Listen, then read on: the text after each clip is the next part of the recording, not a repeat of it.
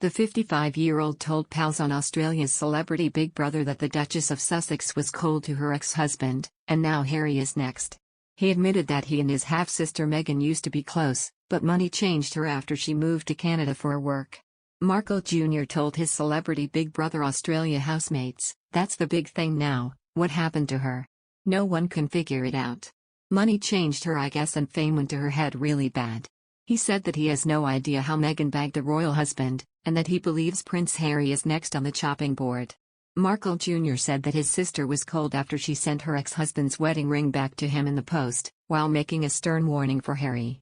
He added, "Trevor took care of her, she was adored by him, and she walked all over him and dumped him. That fast. After being married, she sent the ring back in the mail. Is that cold or what? But, you know, Harry's next. Harry's on the chopping board next.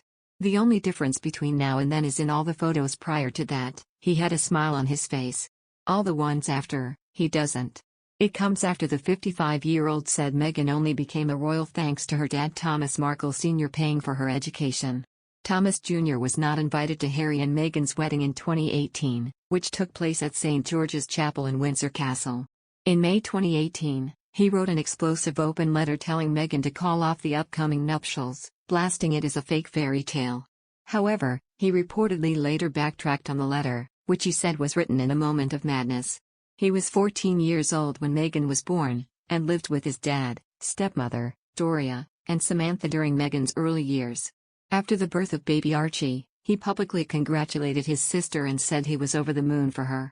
Thomas also said he hoped Archie would mend the rift in their family. Besides, Thomas Markle, 76, wished the monarch good health and goodwill as she marked her 70 years on the throne. His estranged daughter Meghan and Prince Harry chose not to make any statement to honor the Queen's remarkable reign. Thomas told, "I would like to congratulate Her Majesty the Queen on her jubilee and wish her good health and goodwill for many years to come."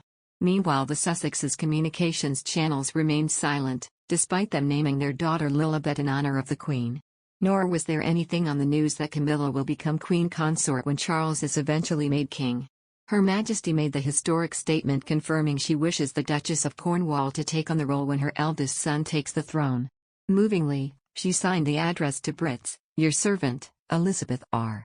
Charles and Camilla said they were touched and honored by the gesture, while the Prince of Wales paid tribute to his darling wife and said he was deeply conscious of the honor. On the other hand, the Mirror's royal editor Russell Myers said last month that it is likely Harry will attend. He told the Pod Save the Queen podcast, "We know relations have been strained. Certainly Harry hasn't been back in the country to try and smooth things over. Perhaps he is wishing with the passage of time that things will get better. It's probably quite likely that we are going to see Harry back in the UK for some of the Platinum Jubilee celebrations. Of course, we are waiting to see what could happen with the Invictus Games. That's another opportunity to come back as well." Another royal expert also believes the Queen will make an effort to ensure the Duke and Duchess of Sussex are included. Speaking of the Jubilee, the Mail on Sunday's diary editor Charlotte Griffiths said, "It's so important. She's the first monarch to have ever made it to 70 years, she's 95 and they just have to be in a good place for this Jubilee celebration next year. She's very wise to be planning in advance and being strategic about this and just making sure that the palace and the royals are looking clean as a whistle and ready to be on parade." Royal expert and Daily Mail diary editor, Richard Eden, added, "I do think all the stories about Harry and Meghan not being invited to events for the Platinum Jubilee and that sort of thing, will turn out not to be the case. The palace will try and make an extra effort to try to include them because they will want to keep them on board. I know they're being almost threatened by this racism stuff, but they have to show that they're above that, I think."